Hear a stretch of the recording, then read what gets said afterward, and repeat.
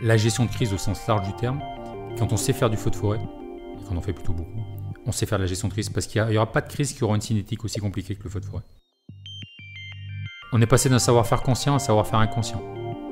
Et pour pouvoir faire ce transfert, il faut aller très très loin dans la répétition. Et la répétition en état normal, l'apprentissage, et après aussi en état de fatigue et en état de stress. Il y a des moments dans nos vies, on rencontre la mort, et là je me suis dit, là on y est quoi.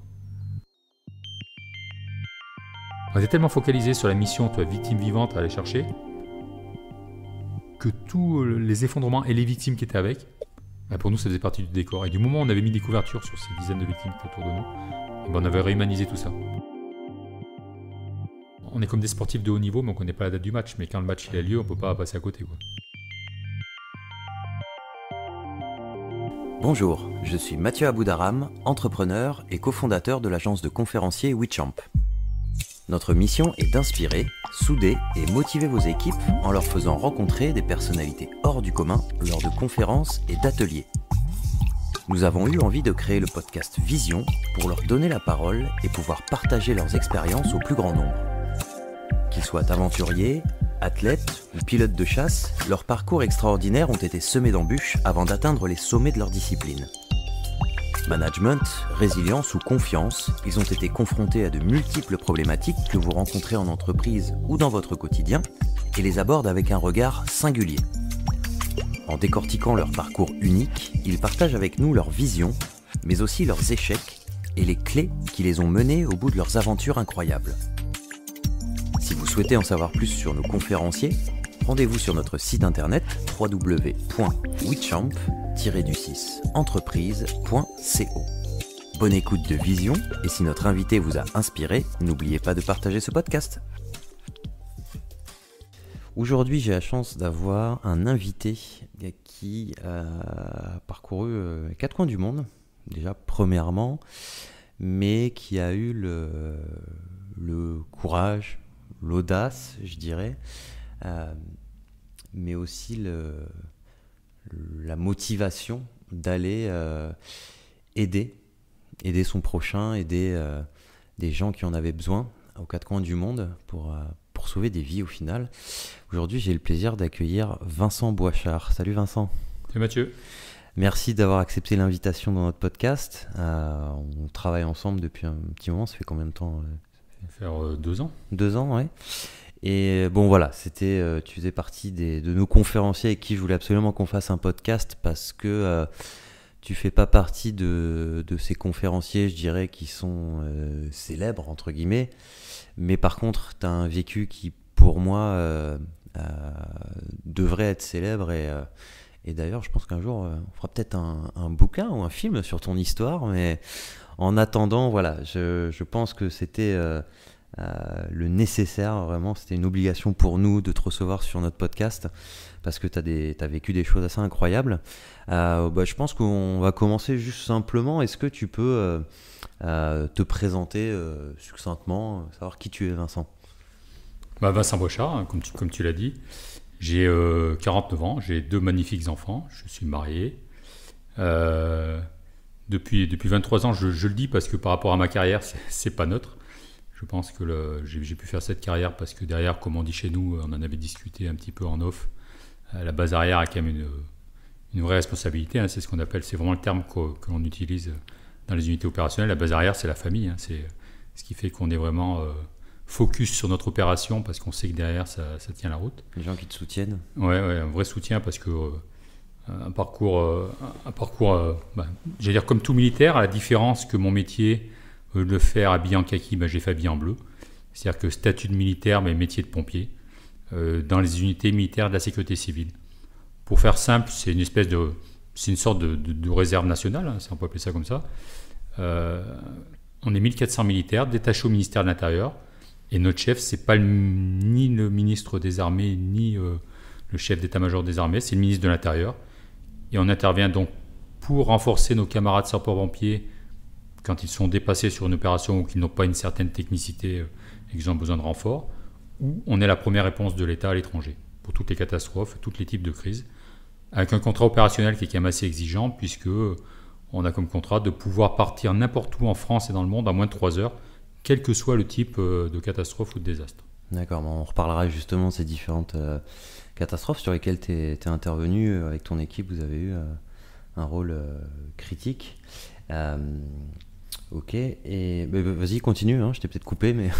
Non, donc j'ai fait ça pendant un peu plus de 20 ans, avec la particularité d'avoir, occupé tous les niveaux de responsabilité, c'est-à-dire du niveau terrain, commander des équipes pour faire du feu de forêt, faire de la recherche, pour faire des missions de secours au sens vraiment terrain, de la coordination, à conseiller aussi les autorités locales, les autorités préfectorales, les ambassadeurs, voilà, toutes les autorités ou en international aussi, dans le cadre de gestion de crise internationale, et en même temps aussi de la coordination de haut niveau, puisque j'étais numéro 2 du centre interministériel de crise, là vraiment pour conseiller au plus près les décideurs de l'État. Le centre interministériel des crises, c'est quoi le rôle de cette institution? En réalité, quand on a une crise majeure de sécurité civile sur le territoire national, on va à la fois collecter l'information, essayer de la synthétiser pour que l'autorité politique puisse prendre les meilleures décisions possibles.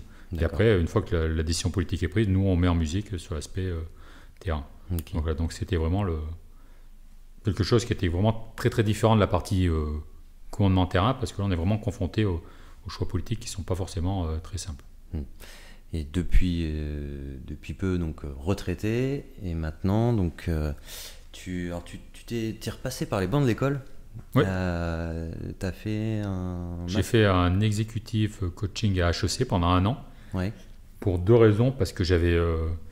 malgré tout, on est un système où nos forces peuvent être nos faiblesses. Et moi, j'allais dire, c'était peut-être le cas sans forcément en rendre compte. C'est-à-dire que j'avais une vraie capacité à bloquer mes émotions sur le terrain. C'est-à-dire que quand on quitte nos institutions, on fait ce qu'on appelle une enquête 360, c'est-à-dire qu'on demande à nos N+1, N+2 ou N-1, N-2 comment ils nous voient pour faciliter la projection de tout ce qu'on pourrait faire. Et que ce soit mes gars ou mes supérieurs, tous ils disaient, que j'ai fini lieutenant-colonel, donc ils disaient, colonel Boichard, stable au feu, insensible au stress, insensible au... Donc je trouve quelque chose qui est très très sécurisant pour mes gars puis pour mes chefs que j'ai pu avoir, parce que cette stabilité au feu, c'est quelque chose qu'on apprend avec le temps. Stabilité au feu, c'est la capacité à gérer ses émotions, c'est-à-dire qu'à être le même au bureau face à un PowerPoint que face à 3000 morts. D'accord, voilà. Tu arrives à gérer tes émotions. Les émotions être stable. J'avais exactement... Je pense que mes gars et mes chefs me voyaient pareil. Le même humour, ou pas, le même... vraiment pareil. Et ça, je pense qu'on l'apprend avec le temps, et quelque chose qui est vraiment très très sécurisant. Mais sauf que ces mécanismes-là, quand ils deviennent un vrai automatisme, et qu'on n'a pas la connaissance, ou qu'on ne sait pas forcément, j'ai dire l'intelligence émotionnelle, qu'on n'a pas cette capacité à comprendre comment ils arrivent, l'automatisme se met aussi en place du côté familial. Et ce qui est une force du côté terrain, du côté métier, professionnel, du côté privé, devient une vraie faiblesse, parce qu'on impose la même chose au niveau famille. C'est-à-dire que je prends un exemple, un anniversaire, un Noël, ou un moment où c'est la fête, on sort les confettis. Monsieur Vincent Boichard, qui avait les mêmes réflexes que le colonel Vincent Boichard, c'est-à-dire que à la fois tu es hyper attentif parce que c'est ton métier, donc tu es attentif à tout, mais en même temps tu es hyper coupé sur l'aspect émotionnel, tu ne rentres jamais sur les émotions. D'accord. Et ça, pour la famille, c'est super compliqué. Ouais. Et donc cette formation à HEC, à la fois m'a donné les grilles de lecture sur l'humain, puisque c'était quand même l'objectif d'être coach, mais aussi m'a permis de me reconnecter à moi, à mes émotions. Et quand ça fait un peu plus de 20 ans qu'on n'a pas la lecture claire de ses émotions, c'est d'une puissance mais énorme. Ouais.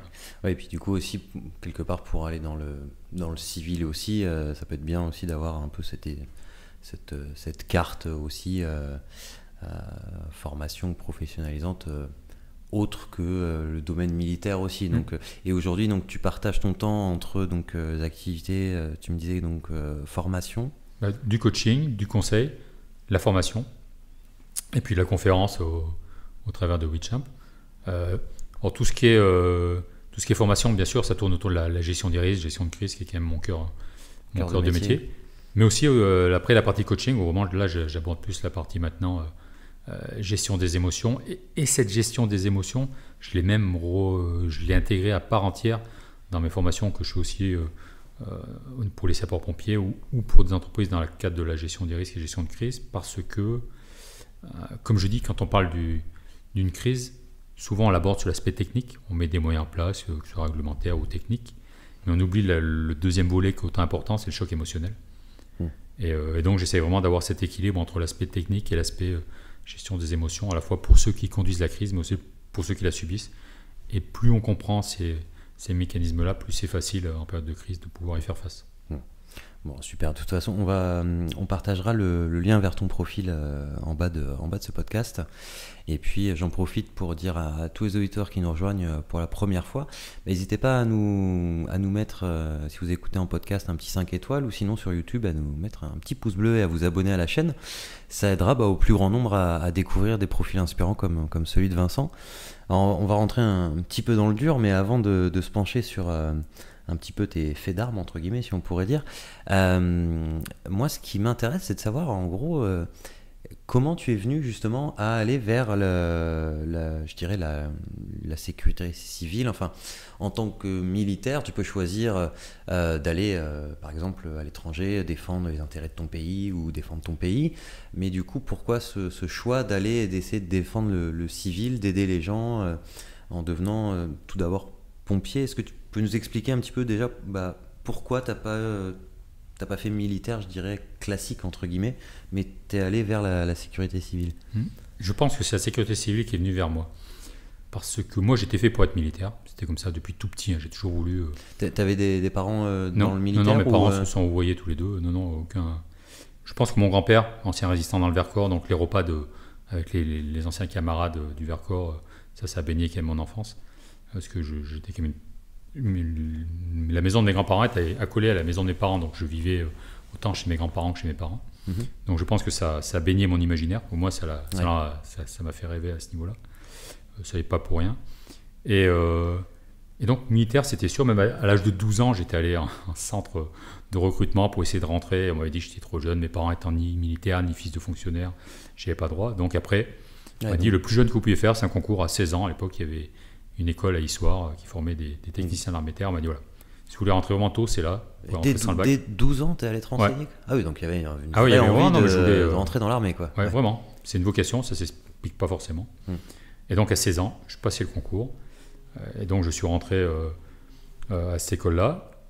Comme j'avais bien réussi le concours, on m'a dit là, on peut vous amener jusqu'au bac, et en même temps avec une formation en parallèle militaire. Et j'ai fait 3 ans dans ce qu'on appelle, quand on est en bleu comme moi, un métier de pompier, dans la régulière, après au premier SPAI. Donc la régulière, c'était pas encore pompier? Non, la régulière, c'était un camp. Le premier SPAI, c'est un régiment de chars de combat qui était dans le sud de la France. Donc j'ai fait 3 ans, et après j'ai eu la chance de réussir mon concours d'officier. Et quand on est officier, on fait d'abord 2 années en école de formation aux écoles de Saint-Cyr-Couët-Quidan, formation d'officier, on va dire généraliste, et après on se spécialise. Et j'avais choisi, c'est comme quoi les choses des fois s'alignent, je ne suis pas retourné à la cavalerie, j'ai pris l'arme du génie parce que c'est une arme, je me suis dit, tiens, tous ceux qui en viennent, ils veulent y revenir. C'est quoi, pardon? L'arme du génie, c'est la spécialité. Le génie, c'est en réalité ceux qui s'occupent de l'infrastructure, qui s'occupent du déminage et qui s'occupent aussi de la sécurité civile. D'accord. Voilà. Mais la sécurité civile n'était pas dans mon spectre à cette époque-là. C'était pas... Moi, je voulais être génie combat, c'est-à-dire faire du déminage. C'était vraiment mon truc. Et donc, une fois qu'on a choisi notre arme, on va en école d'application et pendant 1 an, on est formé à la spécialité. Et là, donc, jeune lieutenant, qui est pour mes grades d'officier, en milieu d'année, on vient 2 tiers d'année, avant que le classement soit fait, des cadres de toutes les unités du génie viennent vous présenter ce qu'ils font. Et je me souviens toujours, là, un officier qui est venu, et à l'époque, cassette VHS, pour le plus ancien, et là, du feu de forêt. Et là, c'était la révélation instantanée, quoi. C'était un officier qui venait de l'unité qui est en Corse, à Corté, centre-Corse. Il montre ça et arrêté, il dit voilà, vous êtes un jeune lieutenant, si vous venez chez nous, vous allez commander vos 40 bonhommes en été, vous commanderez vos 8 véhicules, vous guiderez les avions, vous ferez du feu de forêt quasiment toute l'année. Et là, la révélation, là j'ai dit c'est ça. Je suis rentré le soir, j'ai dit à mon épouse, s'il y a une place encore, ce sera pour nous, quoi. Et c'est comme ça, mais c'était vraiment je ne dormais plus que pour ça, quoi. C'était vraiment la révélation incroyable, quoi. D'accord. Et donc du coup, alors, tu as réussi à te faire accepter dans ce régiment? Il y a eu une place et j'ai pu la prendre. Okay. Et donc là, ça a été 3 années que je qualifierais extraordinaire. Et c'est pour ça que je refais une petite aparté sur ce que je disais tout à l'heure sur le rôle de la base arrière. Je me suis marié le 25 juillet. Donc là, on est en 98, l'année de la Coupe du Monde. Le 1er août, j'étais en Corse. Et à l'époque, quand on choisissait la sécurité civile, on n'avait pas de vacances en été. Et on attaquait directement sur la campagne feu de forêt. Et la première chose que je dis à ma femme, je savais que j'y resterais 3 ans, j'avais dit ces 3 années, elles sont pour moi. C'est très égoïste comme approche. Il faut que madame fasse le sacrifice de l'emploi ou autre pour toi. Parce que j'avais tellement donné. Moi, mon rêve, c'était d'être chef de section depuis tout petit. C'était de commander mes mecs vraiment que chef de section, c'est là où on est vraiment en contact des gars. Quoi. Il n'y a pas de filtre. Quoi. C'est vraiment en commande. T'étais sur le terrain. Quoi, ouais, on est vraiment. Mais puis là, même si j'étais plus tard, il y a toujours après d'autres chefs entre les deux. Tandis que là, chef de section, il y a les gars et le chef. Quoi. Voilà, il n'y a pas d'intermédiaire, très peu.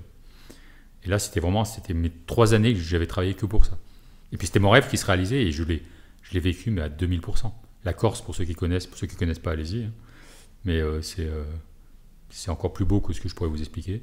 Et puis faire du feu de forêt dans ces conditions-là, on faisait entre 50 et 80 feux par an. Bah, disons que pour commencer en feu de forêt, t'es un peu... c'est comme si, je sais pas, je dis une bêtise, mais tu as envie de commencer le surf, tu vas surfer...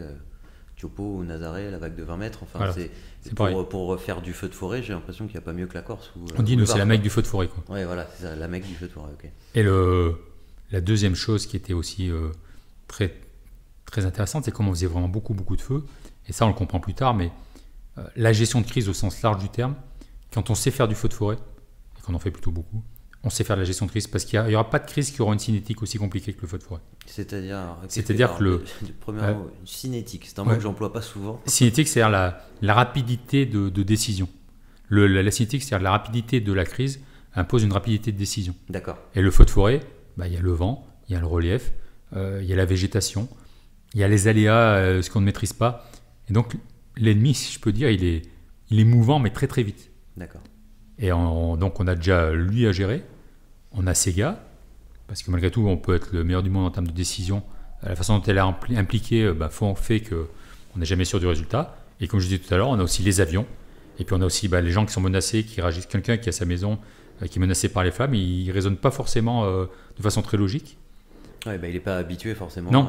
À voir ça. Donc il y a des réactions qui sont complètement atypiques, et tout ça fait que quand on arrive à rester en stress adapté dans ces conditions-là, et au début, c'est pour ça qu'on a des marges générales des opérations, on a des canevas en tête, parce que à des moments, comme tout le monde, on passe en stress dépassé, c'est-à-dire qu'on n'est plus capable de prioriser tellement qu'il y a d'éléments qui nous arrivent en même temps. Ouais. Mais avec cet apprentissage sur plusieurs années, quand on sort de cette période de Corse qui a duré 3 ans, voilà, j'étais persuadé, et c'est vrai qu'en termes de gestion de crise, au sens commandement du terme, il n'y aurait jamais plus dur. D'accord, donc là c'était un peu, pour pas faire de mauvais jeu de mots, ton baptême du feu en termes de gestion de crise. Tu t'es attaqué à un type de situation très difficile, ou un type de gestion de crise qui est très complexe par la cinétique, comme tu dis. Voilà. Et puis c'était vraiment la fondation de tout le reste. Quoi. D'accord. Plus avec, j'avais encore ce que j'appelle l'ancienne génération, il y avait des sous-officiers qui étaient chefs de section quand j'étais en Corse, et j'allais dire c'était l'ancienne génération de sous-officiers qui ne pouvaient pas vous dire directement à un officier que c'était bien, mais quand il vous faisait comprendre que ce qu'on avait fait était bien, ça valait toutes les récompenses du monde. Et j'avais vraiment derrière moi cette pression, mais cette bonne pression des sous-officiers. Et donc j'ai vraiment, c'était 3 années qu'on fondait tout le reste. T'en parles comme effectivement un peu des années de bonheur, mais c'est pas sans conséquence de faire ça pendant 3 ans. Tu as dû voir des choses pas forcément cool. Alors effectivement, d'un point de vue pro, tu as appris énormément, mais du coup, c'était quoi peut-être la grande difficulté, ou peut-être les choses qui t'ont marqué durant ces 3 années en feu de forêt là-bas? La chose qui m'a le plus marqué, malgré tout, c'est que moi, la dernière année, j'étais à la fois chef de section et adjoint d'une compagnie. C'est-à-dire qu'on était 3 sections par compagnie, c'est-à-dire qu'on est 120 à peu près. Hein. D'accord. Et c'est une famille, on se connaît tous à peu près. Et la section qui était jumelle à la mienne, c'est-à-dire qu'on était 2 sections, nous, notre boulot, c'était d'intervenir sur tous les gros feux en Corse. On restait à la base toute l'année, et dès qu'il y avait un gros feu, on y allait dessus. C'est-à-dire que notre terrain de manœuvre, c'était la Corse au sens large du terme. C'est un grand territoire. Ouais. Et donc la section jumelle à la mienne a perdu 2 gars sur feu. Et ça, c'est un moment terrible. Genre, quand on est chef, c'est le moment où on descend très très bas, vraiment moralement et tout. C'est très très compliqué. Parce qu'autant on est très solide par cet esprit de corps, autant quand on perd des mecs en opération, c'est toute l'unité plonge. Tout vraiment, il faut vraiment que c'est un moment où vraiment il faut se serrer les coudes pour pouvoir dire on remet le pied à l'étrier. Mais en même temps, c'est des moments où on se dit à la fois c'est une grosse période de remise en cause, mais on sait pourquoi on fait ça. C'est-à-dire que en gros, soit on sort plus fort, soit on s'en sort pas. C'est presque ce que j'allais dire. Il n'y a pas de double issue. Mais quand on s'en sort, on a toujours en tête les mecs qu'on a perdus en se disant à la fois mes gars, je vais mieux les préparer, je vais toujours essayer de faire mieux. Et surtout, quand je me plains, je me dis que eux, ils auraient peut-être aimé être là, donc je vais pas me plaindre longtemps, quoi. Voilà. Ouais. C'est un peu ce cycle qu'on essaie de garder dans sa tête. Je pense que c'est pour honorer leur mémoire, parce qu'on se doit d'être exigeant par rapport à ces moments-là. Et ça m'a, moi, c'est des choses qui, ça m'a vraiment, ça finit ma formation, je vais dire, de jeune lieutenant. Ouais. Et puis ça t'a peut-être aussi un peu préparé pour la suite, ce que tu allais voir plus tard, on va en parler, mais avant de parler d'autres expériences, j'aimerais juste qu'on s'attarde un peu sur le côté l'équipe, la cohésion d'équipe, comme tu en parlais, parce que vous êtes très soudés. Comment ça se passe, alors, que ce soit dans sécurité civile pour ce qui est les feux de forêt, ou même quand tu es intervenu, après on en parlera sur les tremblements de terre, ou que ce soit celui de Haïti, ou l'ouragan à Saint-Barth, ou le tsunami en 2004. Comment déjà, avant d'aller sur des situations, des crises qui vont être un peu compliquées, comment tu arrives à fédérer une équipe? Comment ça s'est passé pour toi, en fait, d'essayer de former un groupe qui soit soudé, comme tu dis? Est-ce que ça a été simple, compliqué? Comment ça s'est passé pour toi? J'allais dire que dans nos métiers, le gros avantage qu'on peut avoir, je pense, par rapport à d'autres métiers, c'est que les gens qui viennent, ils viennent rarement par hasard. Donc, c'est-à-dire que la notion de secours, de prise de danger, de se mettre en danger soi-même, elle fait sens, quoi. Donc ce côté, il y a ce côté sacrifice qui peut sembler complètement irrationnel pour quelqu'un qui le voit de l'extérieur. Il est intégré très très vite. C'est-à-dire que, moi je fais souvent référence à mon épouse, mais je lui avais dit, et je lui avais encore plus dit suite à l'accident qu'on a vu, dont je parlais tout à l'heure, je lui ai dit, moi si je perds un de mes gars en section, il faut que je parte avec eux. Intellectuellement, je ne pouvais pas intellectualiser de perdre un de mes gars si... Voilà. Donc, si tu partais pas toi. Ouais, si je partais pas avec eux. Donc ça fait partie aussi de mes choix de tactique, c'est-à-dire qu'à chaque fois qu'on engageait en feu, par exemple, je me mettais, une fois que j'avais positionné mes gars, je me mettais toujours sur le côté que j'estimais le plus menacé. Pas pour prendre la place de mes gars, mais pour pouvoir prendre le relais si à un moment je sens qu'ils sont dépassés, surtout pour prendre la responsabilité et être avec eux au moment où ça va être le plus compliqué. Et de leur dire il faut bouger. Voilà. Okay. Et ça, c'était ça crée malgré tout, qu'on le veuille ou non, la cohésion, parce qu'on est tous dans le même bateau, on est tous dans la même dans cette dynamique-là. Et après, ce qui est plus difficile par contre, c'est quand on commence à avoir des niveaux d'exigence, et nos métiers le sont parce qu'on prend des risques, parce que les métiers sont compliqués en termes de disponibilité et de technicité. Donc ça veut dire qu'on s'entraîne beaucoup. En réalité, on voit presque que le beau côté des choses, c'est-à-dire que le moment du secours, mais derrière, c'est des dizaines, voire des centaines d'entraînements, c'est des dizaines et des centaines de montants en puissance sur des opérations où on n'est pas engagé. Parce que l'État, il y a des moments, ça peut trembler à quelque part, il peut y avoir une catastrophe. On se prépare et puis ça part pas pour X raisons. Le pays ne demande pas, les autorités politiques refusent. Voilà. Donc c'est quelque chose qui est très très contraignant. Et donc pour que tout le monde reste malgré tout motivé, entre guillemets, parce qu'on a tous le sens de la mission, mais reste prêt ça impose en permanence de garder les gens sous une certaine pression.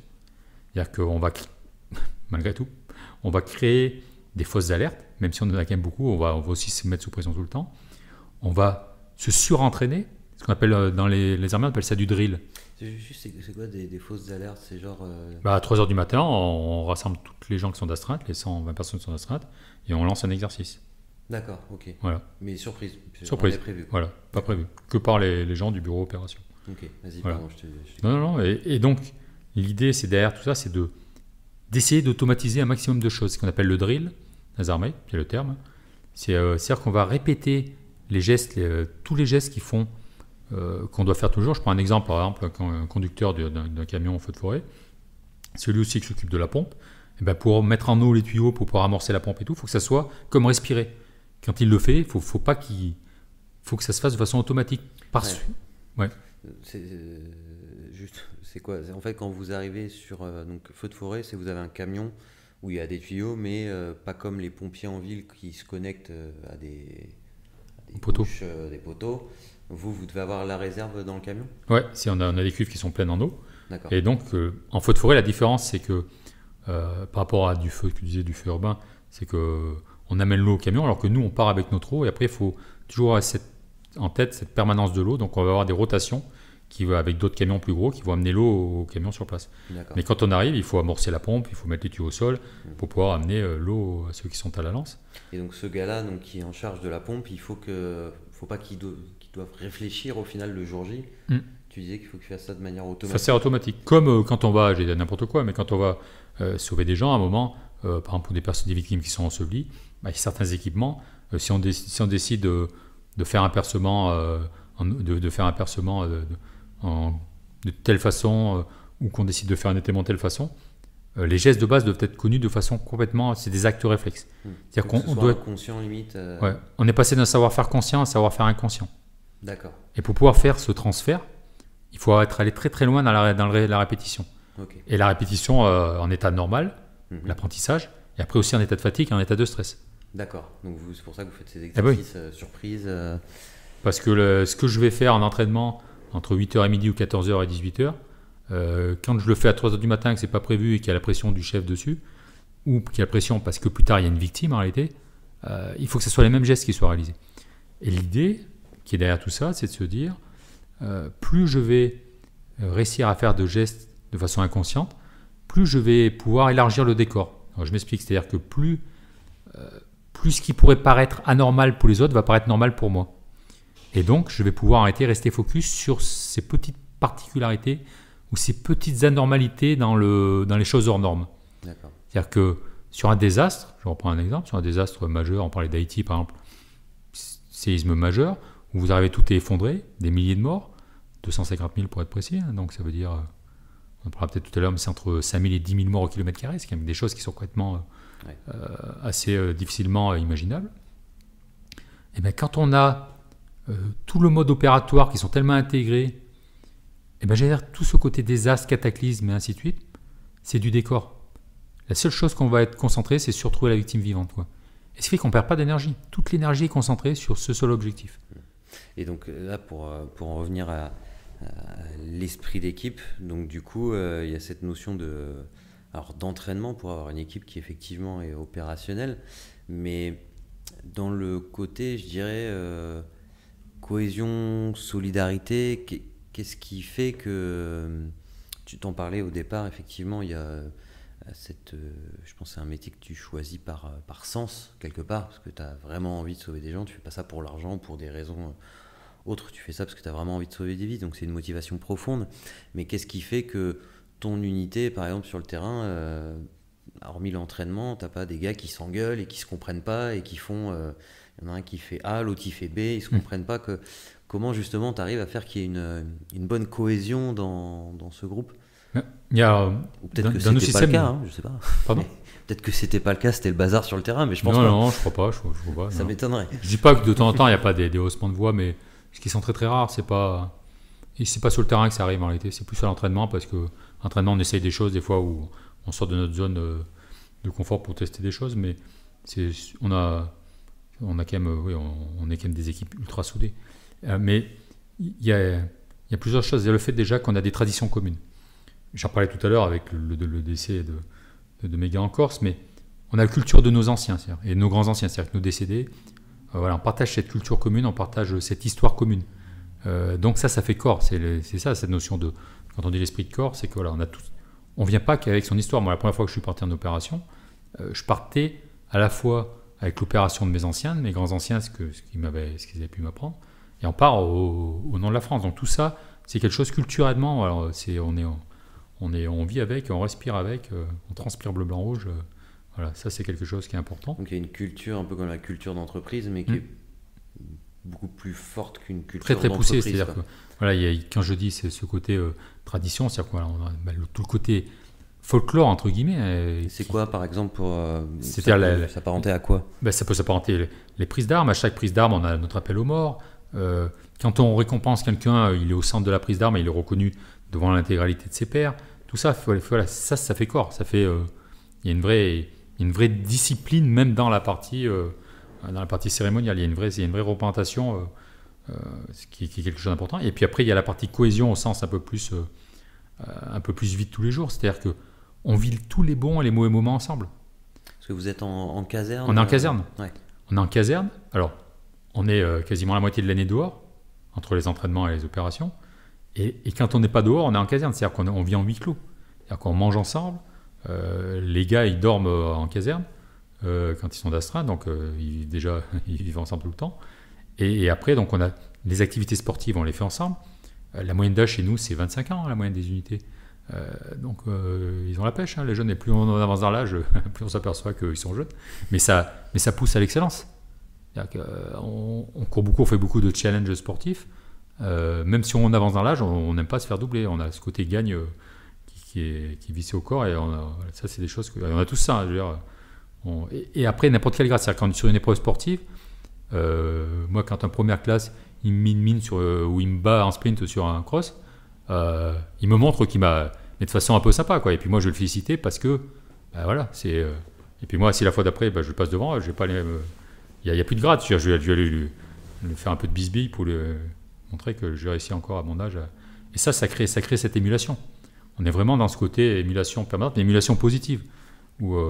Et la deuxième chose aussi, je pense, qui est importante, j'en parlais tout à l'heure dans l'instruction, dans nos unités, à un moment, c'est la fonction qui prime sur le grade. C'est-à-dire que dans l'aspect technique, un militaire du rang, c'est-à-dire que quelqu'un qui pourrait être, je ne sais pas si on fait le penchant du monde civil, quelqu'un qui serait un opérateur, il n'y a pas de...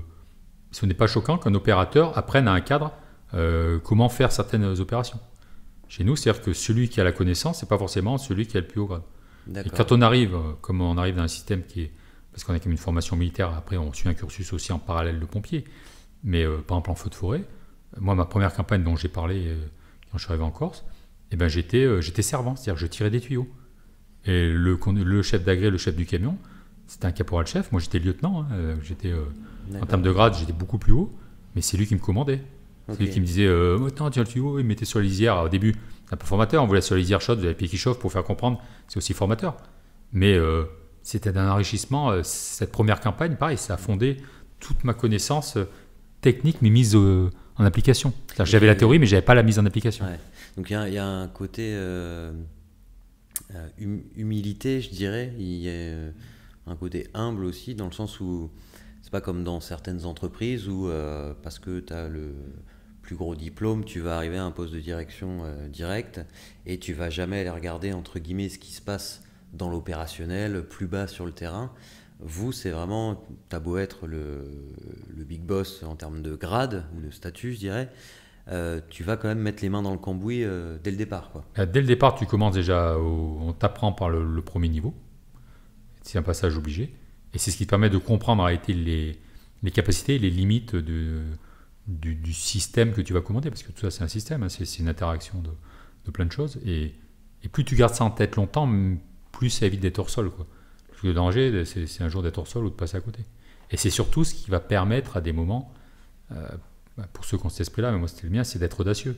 Parce que quand on connaît les capacités des gens qu'on commande, et surtout les capacités collectives, c'est-à-dire qu'à un moment, que 1 plus 1, ça ne fait pas 2, mais ça fait 3, voire 4, et ben, quand on est aux commandes et qu'on a les leviers en main, on pousse les leviers à fond.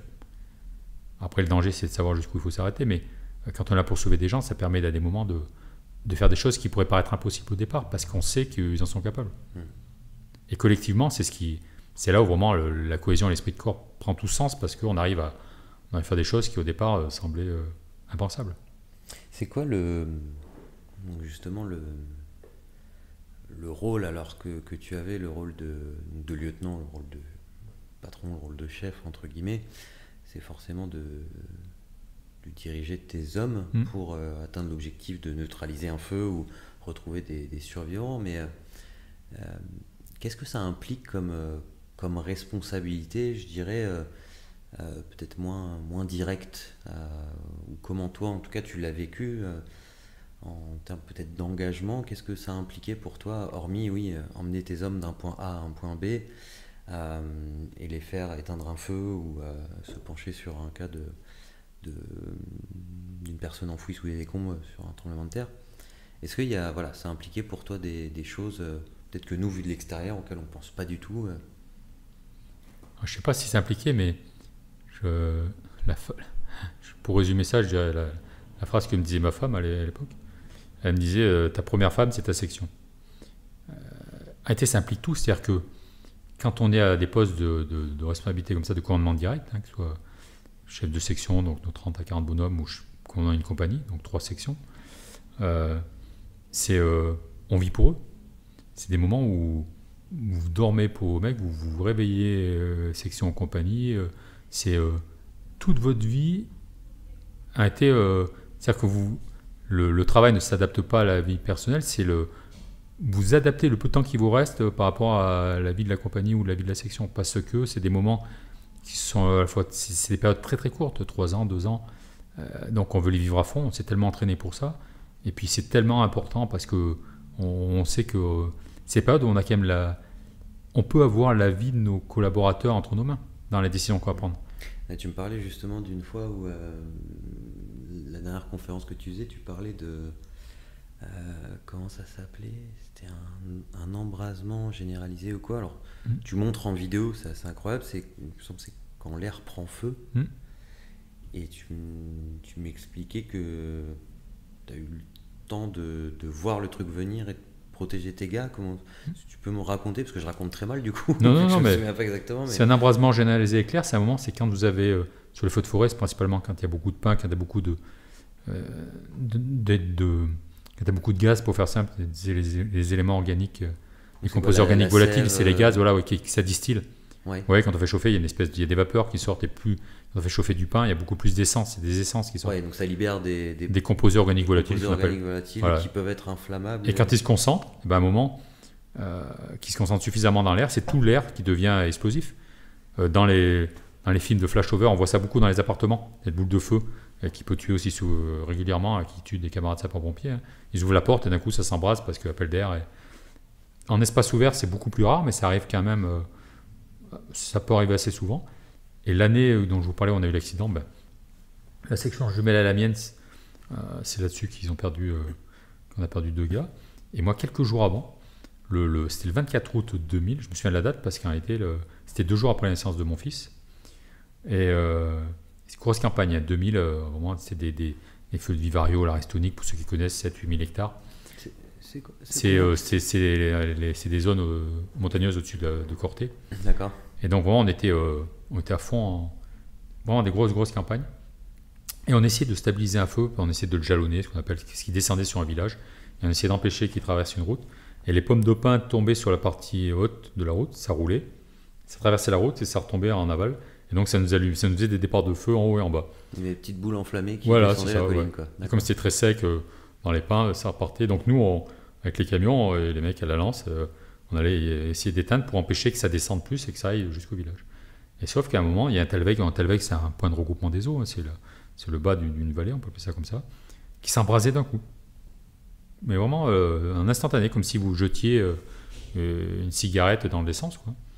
Et la chance qu'on a eue, c'est que nous, on était juste au-dessus, et c'est mon chef d'agré, donc moi, celui qui commandait un des camions, qui sont mes yeux en réalité quand on est sur le terrain, qui m'explique le phénomène. Et je lui dis tu remontes. Et donc, il s'appelait Charles, je lui dis Charles, tu remontes. Donc il remonte, donc le chef d'agré, le dernier remonté, il fait remonter son agré, donc les 3... Son agré ? C'est les 3 gars qui sont dans le camion. D'accord. Le 4e, c'est le conducteur qui lui reste à la pompe. Okay. Et j'avais des camions aussi qui étaient au-dessus, qui essayaient de bloquer le feu par le dessus. Et je les appelle. Et eux n'avaient pas du tout cette vision-là du feu, quoi. Et j'en appelle un, Laurent, qui était mon premier agré. Et donc on a des indicatifs. C'est Vulcain, à l'époque, Vulcain, plus un numéro qui correspond au camion. Et je lui dis, je l'appelle, c'était Vulcain 211, c'est-à-dire section 21 et première agrès, donc on se connaît comme ça. Et je dis, il faut redescendre, on a un truc qui est bizarre.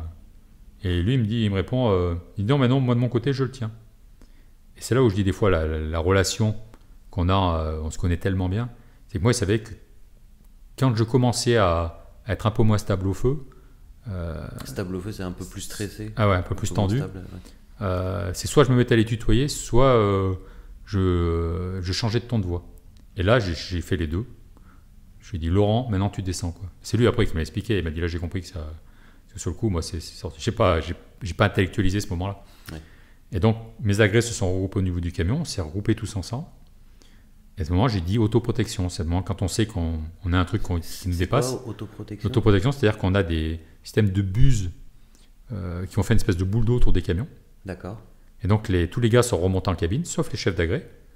Comme on savait qu'on était dans une forêt de pin, on avait des lances qui étaient en eau. Les chefs d'agrès, on s'est jetés au sol, on a ouvert les lances.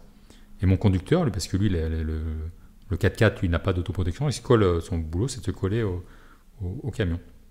Et là, d'un coup, l'air s'est embrasé. Et pour moi, ça a été un élément doublement marquant, parce que, à la fois, j'ai du mal à le temporiser, mais... Quand tu dis l'air s'est embrasé, mais juste à quoi ça ressemble en fait ? Parce que j'essaie de visualiser. À quoi ça ressemble ? Je pense que c'est comme si tu t'asseyais, dans ta cheminée, tu as un feu, et au lieu d'être assis sur ton canapé, tu décides de t'asseoir au milieu des bûches. D'accord, donc c'est vraiment comme une explosion ou Même ça explose pas, c'est que d'un coup, tu n'as plus d'air, mais tout est orange. D'accord. Tout est orange et très chaud. Hein. D'ailleurs, Oui, voilà, donc nous, on est en cuir, on est collé au sol, parce qu'à l'époque, c'était les vestes encore en cuir, on est collé au sol avec les dents ouvertes. Les gars sont dans les agrès. Mon conducteur, lui, s'est collé au véhicule. Et là, moi, c'est des fois où c'est pareil, c'est des moments qui m'ont marqué je pense, pour toute ma carrière. J'ai eu un instant où je me suis dit, tiens, t'as fait un orphelin. Mais vraiment, le moment où je me suis dit, là, il y a des moments dans nos vies, on rencontre la mort, et là, je me suis dit, là, on y est, quoi. Parce que ça faisait 2 jours que mon fils était né. Et ça durait, je sais pas, peut-être 10 secondes dans ma tête. Alors après, on en parlera peut-être, mais je m'en suis voulu d'avoir cette pensée-là, plus qu'à mes mecs, parce que après, par la suite, je me suis dit, t'étais pas assez prêt, parce que je trouvais ça, après, je m'en suis voulu, parce que je trouvais ça égoïste d'avoir pensé à moi avant d'avoir pensé à mes mecs. Donc ça m'a encore forcé à aller plus loin dans mon cheminement. Enfin, c'est un peu peut-être un réflexe humain quand oui, tu sens que la mort est proche, tu penses peut-être à tes proches en fait. Ouais, mais je l'ai travaillé pour pas que ça se reproduise dans les choses après que j'ai pu. Donc je suis allé encore plus loin dans mon entraînement et dans ce que j'exigeais à mes mecs. Et donc il y a ce moment-là où on pense à soi et après au contraire l'action se mène. Et puis après d'un coup ça tombe. Une fois que tout est brûlé dans l'air, ouais. Le phénomène s'arrête. Et la première chose que je fais, c'est que je demande un point à tous mes camions pour savoir si tout le monde est dans le cabine. Et là, c'est un moment, une espèce d'euphorie. On est tellement content d'être vivant qu'on s'en lasse tous. Hein, il n'y a plus de grade. Hein. On est tous conscients qu'on est passé à côté d'un truc complètement fou. Quoi. Ouais, parce que ça dure combien de temps ça, quand ça s'embrasse c'est Moins d'une minute. D'accord, mais pendant une minute, c'est tout. Ouais, on est au milieu du feu. Et sachant que le commandant des opérations de secours, qui est celui qui dirige l'intégralité du feu, moi je lui avais annoncé qu'on était en danger, qu'on gérait plus rien. Il avait envoyé des avions, on entendait les avions qui nous larguaient dessus, mais on ne les voyait pas. Même eux ne voyaient plus, donc ils savaient parce qu'à un moment ils larguaient au milieu du panache. Et tout le monde était content quand j'ai annoncé, c'est bon, on est tout senti. Et pour dire la puissance du phénomène, c'est que moi j'avais mon 4x4 qui s'était collé au camion. Ben, le feu avait commencé à faire fondre l'intérieur des joints des portières pour chercher l'air qui était dans le véhicule. D'accord, donc ouais. Les joints des vitres par exemple ou des vitres, ou tout ce qui était rétro, ça avait ondulé, hein, ça bien sûr, alors qu'il y avait une protection de bulle d'eau, mais dans le 4x4, les joints là, qui font la jointure au niveau des portières étaient brûlés parce que le feu cherchait à venir prendre l'air qui était à l'intérieur. C'est-à-dire que si mon conducteur avait paniqué, qu'il avait ouvert la porte, il était mort. Quoi. D'accord. Ouais. Donc c'est là à la fois où on dit on y est passé près, mais c'est aussi il y a une vraie satisfaction parce qu'on se dit voilà, on a tellement poussé l'entraînement que là tout a payé. Quoi. Tout à l'heure, on a su quoi faire. Quoi. Chacun a su être présent et a su avoir l'acte réflexe qui à la fois l'a sauvé et a sauvé l'autre. Quoi. D'accord. Et ça, c'est la finalité de quand on pousse les gens à l'entraînement, qu'à un moment on va très très loin. C'est pour le moment se dire on y est passé, mais c'est parce que toutes les heures qu'on a passées avant, c'est les sacrifices, je ne sais pas si les sacrifices, mais tous les efforts au moins du moins qu'on a fait sur l'entraînement ont payé. Quoi. Ok. Ouais, c'est une sacrée expérience à vivre à mon avis. Tiens, une question bête pour pour changer un peu, une question que je me suis toujours posée.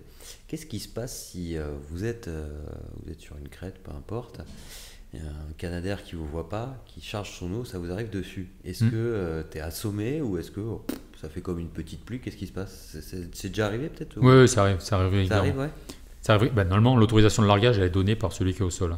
D'accord. Mais on peut être officier. Il peut y avoir un officier qui a récupéré le poste d'officier AO et qui ne voit pas, ou normalement, on a donné l'ordre de repli et il y a eu un décalage. Ça peut arriver, donc on le sait. Donc on essaie toujours de regarder où il largue. Il y a deux types de largage. Les Canadair qui larguent de l'eau, il y a un léger décalage dans l'ouverture des trappes qui sont dessous. Donc elle arrive en pluie plutôt diffuse.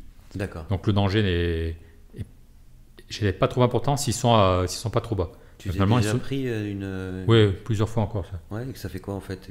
C'est juste une pluie qui tombe ou c'est juste une pluie qui tombe. S'il est à 50 mètres de sol, on se prend une bonne douche. D'accord. Par contre, quand il y a du retardant pour les Dash, les avions blancs un peu plus longs là, ça, c'est civils, c'est ceux qui larguent du produit rouge. La poudre rouge, ouais. D'accord. Là, c'est un additif où la densité est beaucoup plus importante. D'accord. Et là, par contre, c'est lourd. Là, c'est plus lourd. Donc ça peut vraiment, si on est sur un rocher, le danger, c'est de se faire éjecter. D'accord. Ah oui. Donc ça, il faut vraiment faire attention. Et comme c'est une masse beaucoup plus importante, le danger aussi, c'est les branches. Tout ce qui est projectile, c'est-à-dire que ça va casser, ça aura tendance à fracturer quand ça tombe au sol. D'accord. Donc il peut y avoir des branches, des projections. Okay. Donc là, il faut être très très vigilant parce que là on peut se faire très mal, quoi. D'accord. Voilà. Il y a toute une préparation au final qui fait que vous allez être efficace le jour J, quoi. C'est pas, vous lâchez pas n'importe quel gars comme ça dans les feux. Il y a tout un gros processus de préparation avant. Et alors, je vois qu'effectivement, niveau stress, donc toi, comme tu disais, tu es stable. Je suis devenu stable, je vais te dire. Tu es devenu stable, oui. Ouais. Parce qu'au début, je viens lieutenant, on l'apprend, c'est un apprentissage. Mais du coup, l'autre sujet qui m'intéresse, tu abordes souvent en conférence, c'est la gestion de crise, au final, parce que quand tu interviens sur un feu, comme tu disais, c'est une gestion de crise. Qu'est-ce que c'est? Comment vous appréhendez les crises dans ce métier-là? Alors, peut-être que ce soit sur une situation de feu, comme tu disais que c'était un exemple parfait pour commencer pour la gestion de crise, mais peut-être quand vous êtes arrivé au tsunami en 2004 par exemple, ou à Haïti, est-ce qu'il y a un process, des méthodes justement bien identifiées que tu peux partager sur comment vous abordez les crises, comment vous les gérez? Nous, on est très, à la fois on est très processé et en même temps on a une vraie liberté d'action. C'est-à-dire que la partie montée en puissance, c'est-à-dire escalade, on peut appeler ça comme ça, entre l'astreinte, donc le moment où on est l'arme au pied, on va dire ça comme ça, et le moment où ça déclenche et qu'on va nous dire tel type d'opération, vous devez partir sur tel aéroport ou aller à tel endroit pour tel type d'opération. Toute cette phase-là est très très professionnalisée. C'est-à-dire que par exemple notre matériel est mis dans certaines façons, avec par exemple tout ce qui est projetable, et soit projetable par véhicule, soit projetable par moyen aérien. C'est-à-dire que c'est dans tel type de caisse, on sait dans les colissages qu'est-ce qu'il y a dans quelle caisse, quel poids de chaque caisse. On sait qu'en fonction de tel type d'opération, on va prendre ça. Voilà. Tout ça, il y a une vraie chaîne logistique, une vraie chaîne de santé. La même chose pour la partie médicale, logistique, la partie opérationnelle. Voilà. Tout est vraiment très très bien fait et très cadencé. C'est-à-dire que sur n'importe quel type de crise, il faut qu'on parte en 3 heures, mais nous, ceux qui commandent la partie opération, il faut qu'on ait envoyé tous les documents administratifs en termes de personnel et de matériel en moins d'1 heure. Je veux dire, quand ça se produit à 3 heures du matin, il ne faut pas commencer à réfléchir. Où est la carte d'identité de Michel? Voilà, tout est fait en amont, les vaccins. Voilà. Il y a une vraie professionnalisation à la fois du suivi physique, du suivi opérationnel de chacun, de la partie matérielle, avec une vraie organisation qui est plutôt très très très très efficiente.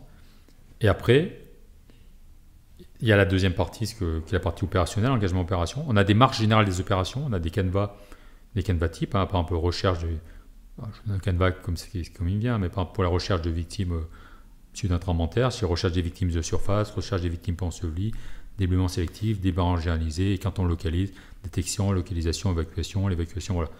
C'est une espèce de... Une routine un peu...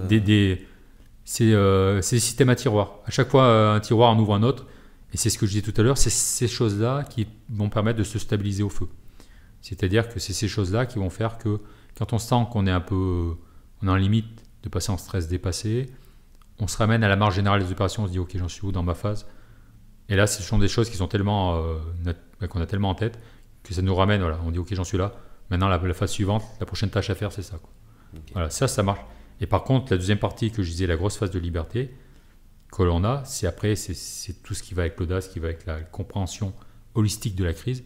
C'est que quand on arrive sur des catastrophes de grande ampleur, parce que moi c'était mon boulot, hein, c'était vraiment les catastrophes, j'allais dire hors normes, là il y a beaucoup de choses qui sortent des plans. C'est-à-dire que les plans vont nous permettre, ou l'entraîneur va nous permettre, ce que je disais tout à l'heure, de faire abstraction du décor.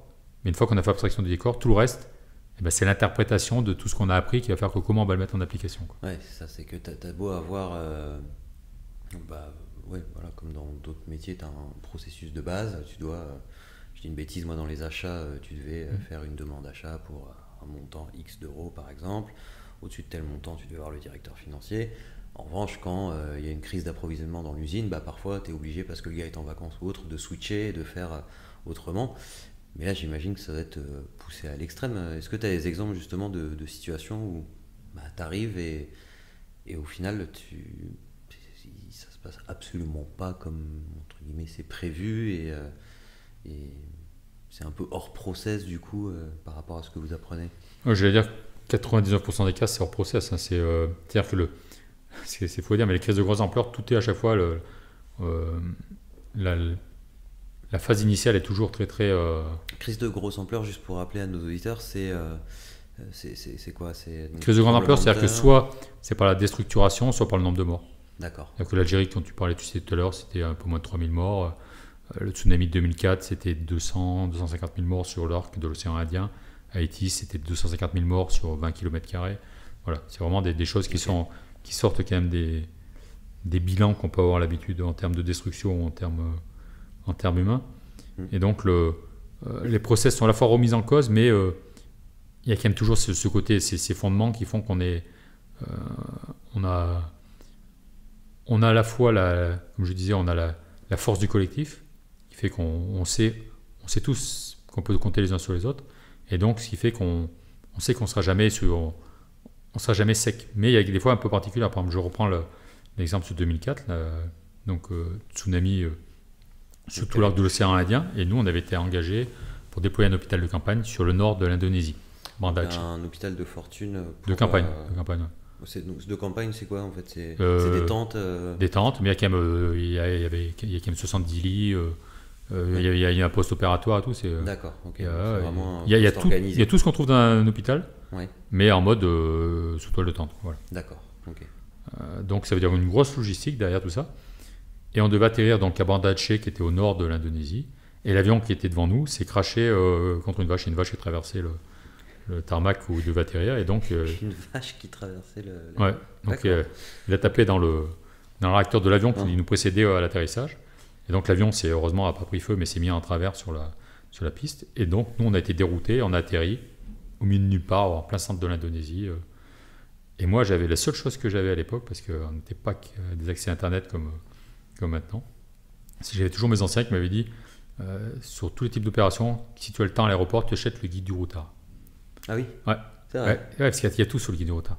Même il y a à la fois des cartes, ouais. il y a des points de contact et tout ça. Et donc, on a ouvert le guide du routard, on a dit, on est où? On va essayer de trouver un point de contact.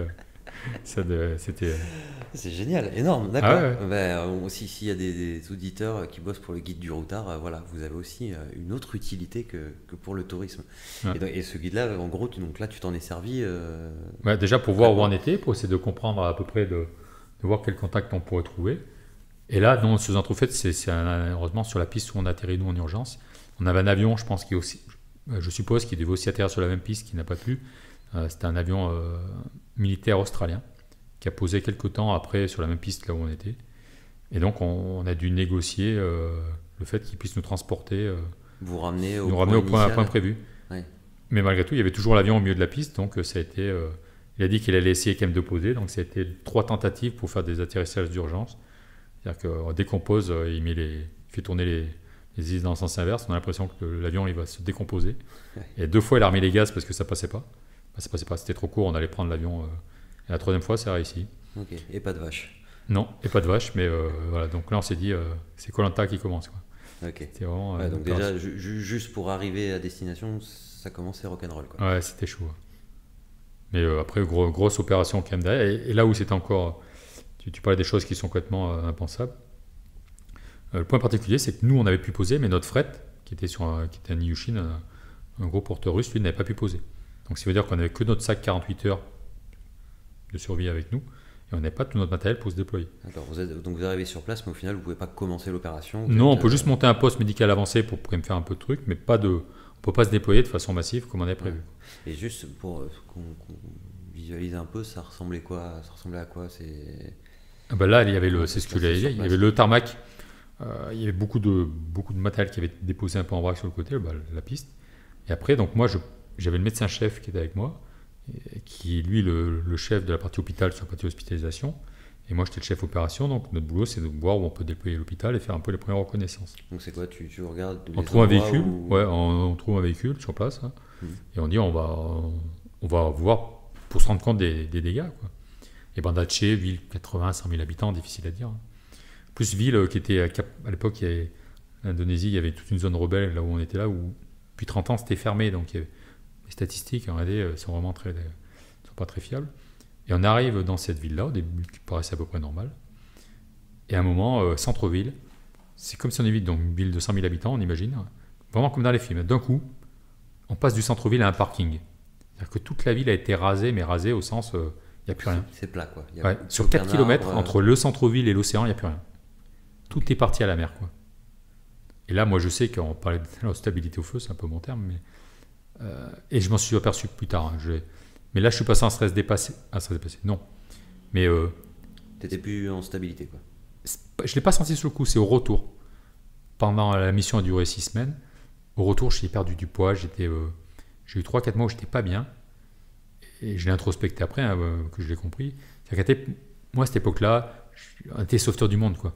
Les gens qui étaient immortels, on était là pour sauver les gens. Ouais. Jamais je n'avais imaginé je pourrais me sentir inutile, quoi, dans mon cadre opératoire. Et là, ça a été le cas. Et là, à l'instant T, il y avait, peut-être 50 000 morts, et j'avais personne à sauver à l'instant T, quoi. C'était complètement fou. Et puis on se sent, je veux dire, c'est Blaise Pascal, hein, qui dit l'homme est un néant entre deux infinis. Mais là, on se sent d'une impuissance incroyable. On se dit, tout est parti à l'océan et rayé de la carte, quoi. Rayé de la carte, voilà. Et c'était un moment qui a été très très marquant, quoi, vraiment. De façon assez incroyable. Alors après la mission, heureusement, on a réussi à se redéployer parce que après les choses se remettent en place, mais ce moment-là était vraiment incroyable. Et du coup, donc, vous avez réussi à monter votre hôpital ou comment ça s'est passé ? Ouais, c'était très très épique. Parce qu'après, donc, on a réussi, la piste est dégagée, notre logistique a suivi. Mais le problème, c'est que, choix politique, on nous a dit qu'il faut descendre 200 km plus bas, sur l'ouest, à Medan, parce que c'était une autre ville qui était à peu près la même taille, qui avait été complètement rasée, et là, il n'y avait aucun moyen de secours. Sauf que, nous, l'avion, une fois qu'il a posé, on n'a plus de moyens de projection, parce que il n'est pas resté sur place. Et on n'a pas de gros hélicoptères porteurs pour pouvoir, donc il fallait qu'on négocie, il y avait une sorte de cellule un centre de coordination multinationale pour décider quel vecteur allait être pris pour faire ça ou ça. Mais sauf que nous, on avait, de mémoire, on avait 200 mètres cubes, on doit avoir 20 tonnes de matériel, je veux dire, c'était assez colossal. Ouais, donc conteneurs, par exemple. Là, voilà, et même si c'est en petite ou moyenne caisse, il fallait très très longtemps pour pouvoir espérer tout projeter, quoi. Et dans des conditions très très dures, en plus, il faisait très très très chaud. Et la chance ou la malchance, hein, on a un hélicoptère américain qui s'est crashé à 200-300 mètres de notre position. Qui s'est crashé ? Ouais, carrément un Black Hawk, là, comme dans les films, là, qui partait en autorotation, dans les rizières, qui est tombé. Et moi, j'étais avec mes mecs, je me souviens, l'anecdote pour vous situer, j'allais aux toilettes. Et nous, dans les toilettes, on a toujours un sachet, nos toilettes, c'est des toilettes sèches, hein. Ouais. Sauf qu'on a un sachet poubelle avec une pastille qu'on met dedans. D'accord. Et j'avais mon sac et ma pastille, là. Et d'un coup, je levais la tête, l'hélico qui se mettait à tourner bizarre, puis je l'ai vu en autorotation, puis je l'ai vu plonger. J'ai lâché mon sac poubelle, j'ai lâché ma pastille, et j'ai dit au gars, on y va en tenue, je sais plus ce que j'aurais dit, je crois, veste d'inter, on y va, quoi. Donc on s'est mis en tenue, chacun sautait sur son casque, sa veste, on est parti dans les rizières, et donc l'hélicoptère commençait à prendre feu, on a évacué les gars, je pense qu'on a quand même sauvé l'équipage. Et après, les forces américaines, ils venaient d'un porte-hélicoptère, ils sont arrivés, on a pu les évacuer relativement vite. Mais sauf qu'après, le Pacha, le chef du bateau, du bonhomme Richard, qui était le bateau américain, Le porte-hélicoptère. du porte-hélicoptère, un gros truc, est venu à terre, ce qui est très très rare.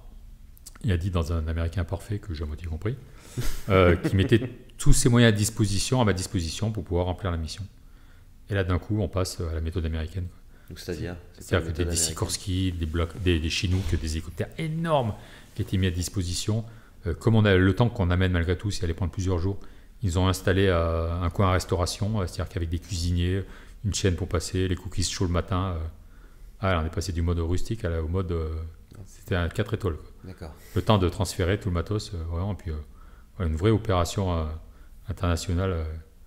C'était vraiment un moment très très sympa. Quoi. Et du coup, il y a une composante, tu en as parlé à plusieurs reprises, mais dans ces opérations, bon, tu es loin de ta famille, tu pars parfois pour certains moments, tu pars dans des zones qui sont dangereuses.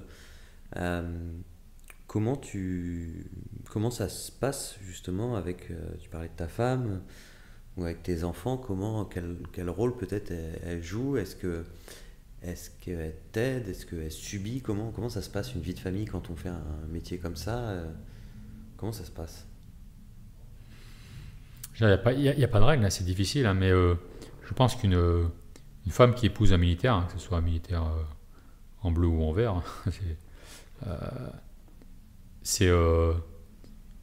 elle est obligée d'embrasser la vocation de son mari. Qu'on le veuille ou non, quand on est militaire, il y a ce côté... Ou vice-versa, si madame fait oui, l'armée, il faut que monsieur se plie aussi. C'est pareil, dans les couples, il faut toujours qu'il y en ait... Parce que c'est pas un métier comme les autres, on sait que les temps à l'extérieur ou les temps qu'on va vivre avec nos camarades seront plus importants des moments que dans l'aspect familial. Donc le rapport même avec le travail va être différent. On ne peut pas poser le travail quand on arrive à la maison le soir, c'est de l'ordre de l'impossible. Ça ne veut pas dire qu'on est traumatisé par le travail, mais ça veut dire qu'on vit avec. Quand on part en vacances, on part avec ses camarades parce qu'on vit tout le temps ensemble. C'est une famille, c'est un travail, c'est une vocation. Et donc il y a ce côté, il faut que la famille soit stable au feu. C'est un peu comme et même et comme je disais tout à l'heure, l'important c'est surtout que quand on est sur le terrain, tous mes camarades malheureusement qui ont pu avoir des problèmes familiaux, ça se ressent sur le terrain. Quand on n'a pas la tête, quand derrière c'est pas à 100%, sur le terrain on n'est pas à 100%. Ouais, et donc c'est vraiment le lien entre le terrain et la base arrière, comme je disais tout à l'heure, est vraiment très très important. Donc c'est très très compliqué. C'est très très compliqué pour les familles parce que moi, dans mon cadre des unités de sécurité civile, on connaît ni la date du départ ni la date du retour. Ah oui, donc tu es envoyé quelque part, mais tu ne sais pas quand. Donc quand ça part, ça peut être pour une semaine comme 2 mois. C'est lié à l'actualité, et le retour, c'est la décision politique. Donc c'est quoi le plus long que tu aies fait en opération? Moi, j'ai dû faire 2 mois. D'accord. C'était où? C'était au Sri Lanka. Okay. Donc par rapport à mes camarades de la régulière, de la verte, eux ont des choses beaucoup plus planifiées, mais sur des périodes beaucoup plus longues, entre 4 et 6 mois, ce qui est très très compliqué aussi au niveau familial. Alors que nous, on est beaucoup moins long en termes de durée, mais beaucoup moins planifié. Moins. Donc c'est vraiment des mécanismes que doivent intégrer très très tôt la famille, la famille. Ouais. Autrement, ça explose. Mais malgré tout, tous les métiers ont des contraintes. Je pense à un routier ou des métiers comme ça où les gens sont aussi beaucoup absents. Mais c'est un peu le même principe. Il faut que toutes ces contraintes soient intégrées parce qu'à un moment, ça pèse quand même. Ça pèse sur la famille. Le nombre de fois, où on était prévu de partir en vacances, puis vous avez un sinistre, un désastre, il faut partir, on part. C'est la priorité, c'est le départ. Comme je dis, on est tellement... on est comme des sportifs de haut niveau, mais on ne connaît pas la date du match. Mais quand le match a lieu, on ne peut pas passer à côté. Quoi. D'accord. Voilà. Qu'est-ce que ça t'a appris on a parlé du tsunami, des pompiers... mais qu'est-ce que globalement ces expériences d'être face à des choses quelque part un peu surnaturelles, hors du commun, parfois difficiles, je vois que parfois tu intellectualises pas mal les choses. Qu'est-ce que ça t'a appris, je dirais, en termes de soft skills, c'est-à-dire à savoir voilà, bon, gestion du stress, effectivement, tu l'as dit, t'es stable au feu, ça s'apprend avec le métier, mais est-ce qu'il y a d'autres compétences comme ça que du coup ce type de métier t'a fait apprendre, je dirais Ouais. Je pense que la première des compétences, c'est la capacité à relativiser. C'est-à-dire que, et ça des fois même c'est déroutant même pour la famille, parce que avant qu'un événement, pour moi, que je le passe dans la phase important ou très important, il faut quand même voilà. J'aurais je veux dire cette capacité à avoir une empathie à distance, cette capacité à vraiment relativiser les choses. Ça c'est vraiment parce que voilà, c'est l'expérience qui font qu'au bout d'un moment on arrive à voir ce qui est grave ou ce qui n'est pas grave, avec un degré différent du kidam normal. Ouais. Mais est-ce que, alors, par exemple, du fait que toi tu sois stable au feu, comme tu dis, donc tu arrives bien à gérer ton stress, la pression, c'est une chose, mais est-ce que en contrepartie, en revanche, quand tu es avec ton équipe, tu arrives potentiellement à détecter quand ça ne va pas, quand eux au contraire ne sont plus stables, comment s'est passé pour toi ce côté justement, donc toi ça va, globalement tu arrives à gérer, mais mon équipe arrive à gérer ou pas gérer, est-ce que tu arrivais à le détecter, comment tu faisais dans ce genre de situation? Oui, bien sûr, là c'est vraiment le travail des chefs, hein, elle est là à tous les niveaux, c'est-à-dire que hormis la priorité 1 qui est de sauver les gens, la deuxième priorité c'est de ne pas cramer de ces gars sur un aspect psychologique ou un aspect humain qu'on n'aurait pas vu passer. C'est vraiment là. C'est pour ça que le côté hiérarchique avec à chaque niveau, vous avez un chef d'équipe, un chef de groupe, un chef de section, un commandant unité. Voilà. Chaque niveau a son rôle pour filtrer celui qui va ou qui ne va pas. Parce que comme je disais tout à l'heure, quelqu'un qui peut être très performant en temps normal, un problème familial qu'on n'a pas détecté ou qu'il n'a pas voulu nous dire, ce qui est quand même assez rare, mais fait que sur le terrain, il y a une notion d'effet miroir ou il y a quelque chose qui va le rappeler, et on peut perdre quelqu'un psychologiquement si on ne fait pas attention à ça. Donc souvent, ça fait rire les gens, mais souvent ce que je dis, c'est la vérité. Quand on a fini les phases de recherche un peu complexes, moi j'engage toujours une équipe pour essayer d'aller trouver de la bière. Et ouais, ça paraît.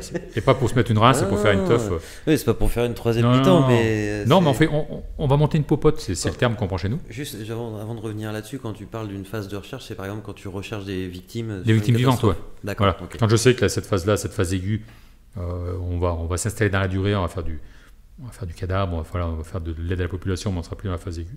Ouais, pourquoi des choses difficiles. Voilà. Je vais chercher des bières parce que faire une popote, c'est parce que il n'y a pas que des bières, mais je prends l'exemple là-dessus parce que la bière dans tous les pays, elle est capsulée. Mais non, mais le fait malgré tout. Vous mangez pas que liquide, j'imagine. Ouais, c'est plus difficile de trouver de l'eau quand le veut non. Et il faut à tout prix que ce soit des choses qui sont encapsulées parce que pour des raisons sanitaires, ça évite les problèmes gastriques. Donc il y a quand même un côté aussi une vraie cohérence derrière tout ça. D'accord. Et le fait, c'est que le soir, on s'ouvre une bière, on se retrouve au coin du feu, on se retrouve autour de la toile de tente. Là, je dirais pas qu'on tombe les grades, mais on va pas dire regarde à vous repos. Non, on se met en cercle. Et on discute tous les uns avec les autres, là il n'y a plus de notion forcément, et on voit comment a été perçue la journée. Et c'est là où au contraire on va la débriefer, mais pas d'un débriefing comme on a l'habitude de faire en tirant des enseignements. L'objectif c'est juste de détecter. Là. Et on voit très vite quelqu'un qui a quelque chose qui n'a pas digéré, parce que nous on va prendre ça des choses, mais c'est assez intemporel, hein, c'est-à-dire que des choses qui sont très dures, on va les prendre de façon très très légère, et volontairement, pour voir si tout le monde en réalité est passé à autre chose. Et celui qui n'est pas passé à autre chose, va commencer à peut-être être reclus par rapport au groupe, à ne pas être dans la dynamique du groupe, à être moins festif. D'accord. Et là, rapidement on détecte. Et c'est là où le chef de proximité va prendre les choses en main, va essayer de discuter, voir un peu où est le problème. Et après, on a plusieurs solutions. C'est soit, si j'ai un problème fatigue, un petit événement dans la journée qui a mal été digéré, à ce moment-là, le lendemain, on mettra la personne plus sur une opération de soutien, de logistique, plus que sur la partie recherche au sens pour l'épargner chez les victimes. Voilà, on va le mettre plus en deuxième rideau.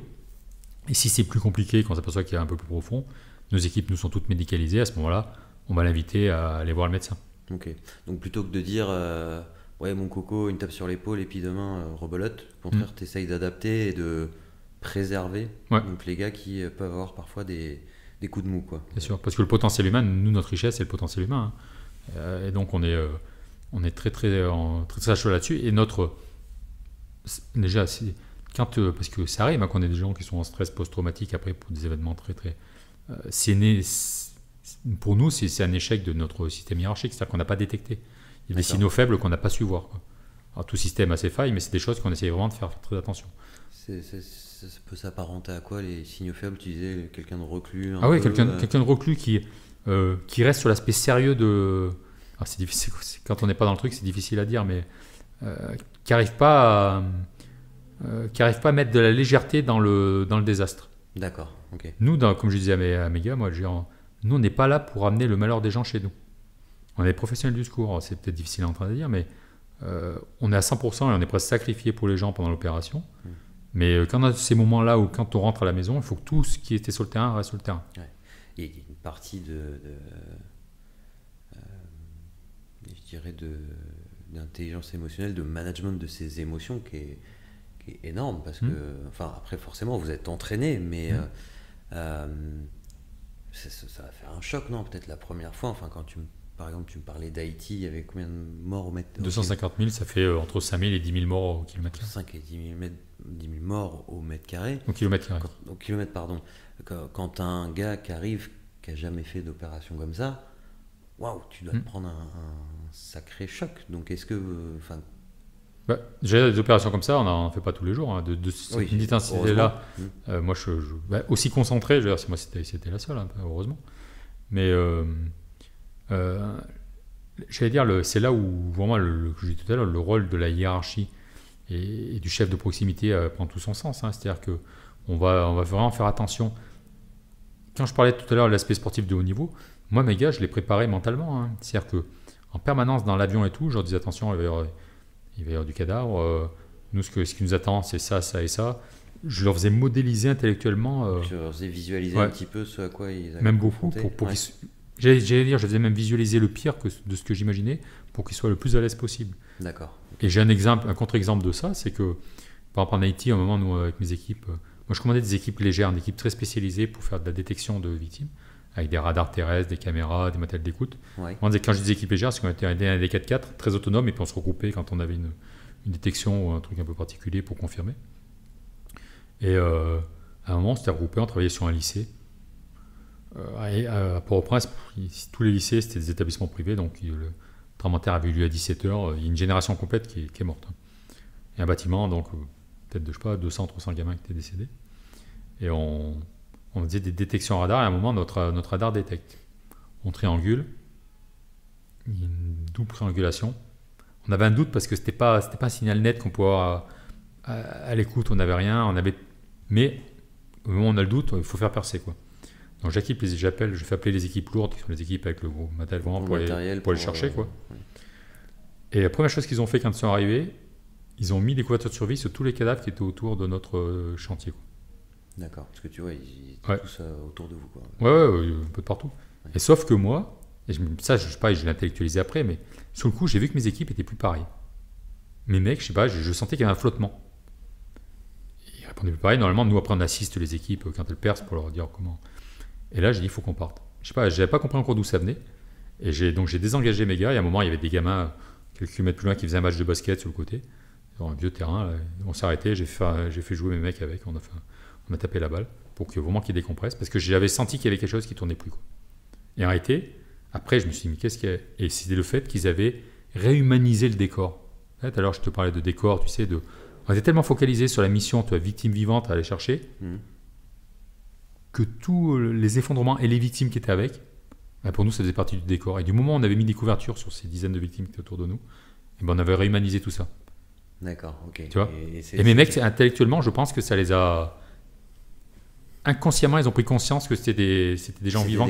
C'était des gens à l'époque qui étaient vivants, qui étaient autour d'eux, quoi. Ouais. Voilà. Tu as des belles histoires, entre guillemets, justement, issues de ces moments qui sont difficiles, des gens que vous êtes allés chercher, pour lesquels il n'y avait pas d'espoir, et finalement vous avez réussi à retrouver. Oui. Juste sur Haïti, Au bout de 11 jours, donc on nous dit on rentre, on arrête les recherches. Ce qui était déjà assez long, hein. Normalement c'est une semaine, hein, là, donc 11 jours. Et moi, malgré tout, je me battais tous les jours pour essayer de prolonger de 24 heures. Bon, pour le coup, pré-temps, on dit voilà, à l'époque j'étais capitaine, hein, donc capitaine, votre équipe va rentrer demain.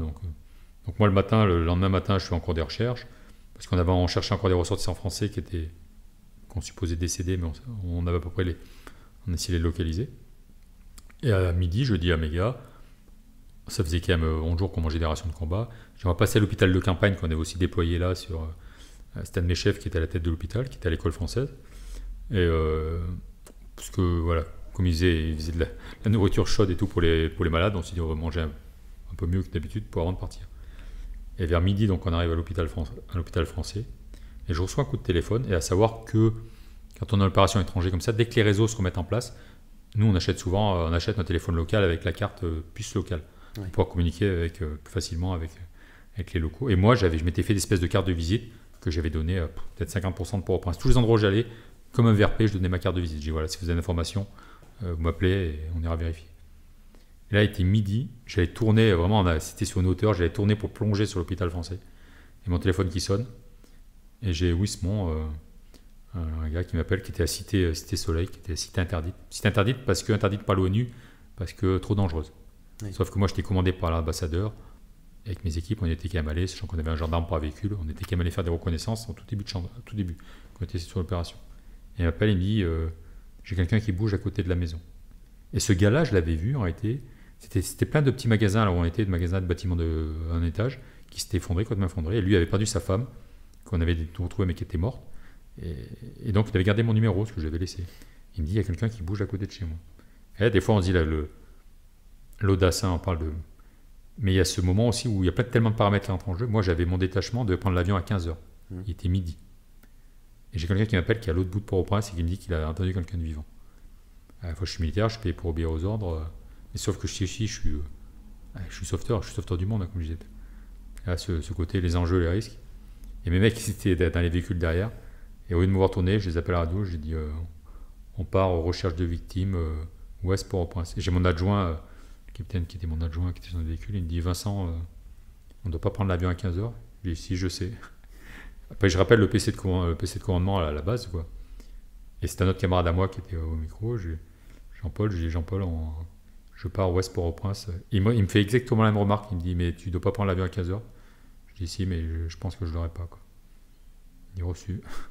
Donc je savais que là, malgré tout, intellectuellement, je jouais gros, je le savais. C'est-à-dire que s'il n'y avait rien eu, derrière, tu loupes ton avion, tu te fais taper sur les doigts. Je pense que j'aurais passé du temps à faire des comptes rendus, quoi. Mais l'enjeu valait le risque à prendre. Je veux dire, c'était. Et donc on est parti sur cette position-là. En plus, ce truc complètement fou. On arrive à un endroit, la route était bloquée. Vous avez des policiers qui avaient arrêté un mec, c'est en 4x4, le mec était menotté derrière le 4x4. On leur explique la situation parce qu'ils bloquaient la route. Et donc, ils nous ont escortés, donc on a traversé toute la ville, parce qu'on avait quand même quasiment 45 minutes pour traverser toute la ville. Et on arrive sur notre position. Et là, j'engage mes radars, je retrouve mon gars qui m'a appelé, là où il me dit qu'il avait entendu du bruit. Et tout de suite, ça détecte, quoi. C'est-à-dire, les radars, ça détecte. C'est un radar terrestre, en réalité, c'est un Doppler, c'est-à-dire qu'il va envoyer, il envoie un signal jusqu'à 7-8 mètres de fond. Et toutes les demi-secondes, il compare son signal. C'est-à-dire que quelqu'un qui est inconscient mais qui ventile, mouvement de la cage thoracique, il va détecter qu'il y a quelque chose qui est différent. D'accord. Okay. Voilà. Et là, il y avait un vrai mouvement. On n'entendait pas quelque chose de... ça répondait pas à l'appel, mais il y avait un vrai mouvement, ça bougeait, quoi. Donc là, je rappelle le poste de commandement. Mon pote Jean-Paul, je lui dis Jean-Paul, tu m'envoies immédiatement tout ce qui est dispo. Je pense qu'on a quelqu'un de vivant à Cité Soleil, quoi. Et donc là, il nous a envoyé une équipe de l'unité jumelle à la mienne. Là. Moi, je venais de nos gens, là, c'était l'unité de Brignoles qui a été engagée. On localise où ils étaient, ils ont creusé, et donc ils ont sorti un jeune, là, il avait une vingtaine d'années. Et c'est la petite histoire. Une fois qu'on l'a eu sorti, moi j'aime bien savoir pourquoi elle était encore vivante, donc j'engage un de mes mecs dans le trou. Elle était dans une supérette, elle était entre le rayon cosmétique et le rayon alimentaire, et avec biscuits, coca et de la Guinness. Ça faisait combien de temps que... 11 jours. 11 jours. Ouais. Ah oui. Ouais. Ce qui est complètement hallucinant.